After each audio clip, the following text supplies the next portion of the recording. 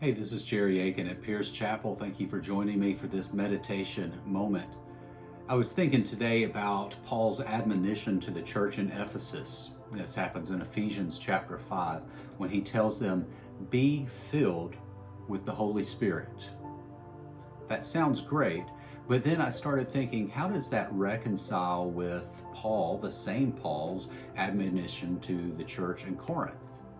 In 1 Corinthians, when he says that when we are baptized, we receive the Holy Spirit.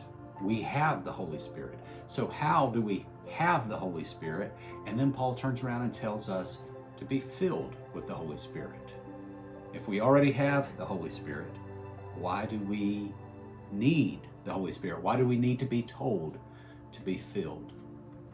And then it occurred to me, it's not that we need more of the Holy Spirit. Every believer who has come to Christ has access to the Holy Spirit. We don't need more of God. God needs more of us. Let's look at this as an example. Imagine that this glass is your heart.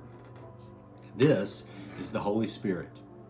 This is God's Spirit ready to be poured into your heart, full and overflowing.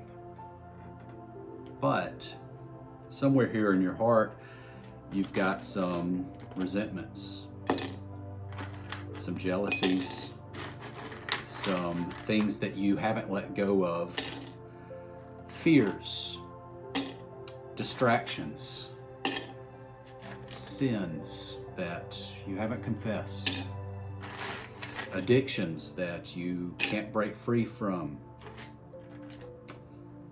hobbies that maybe have become obsessions, unhealthy habits and vices, and on we fill our hearts with all of these things, preoccupations. And so God, who is wanting and trying to pour his Spirit into us at all times, has to compete with all of this space that we've allowed to take up the room in our hearts and in our minds. That's why Paul says, be filled with the Holy Spirit. Essentially what he's saying is, get rid of all this stuff so that you can make more room for God. You don't need more of God. God needs more of you. And then the Holy Spirit is poured into our life. And God can have his way here because we don't have all this other stuff competing for that space. So let's ask ourselves today, what is taking up space in our heart? What is taking up space in our mind? The unhealthy stuff, the stuff that is keeping us from having more of that Holy Spirit just poured freely into us because we have access to it. How much of your heart are you giving God access to?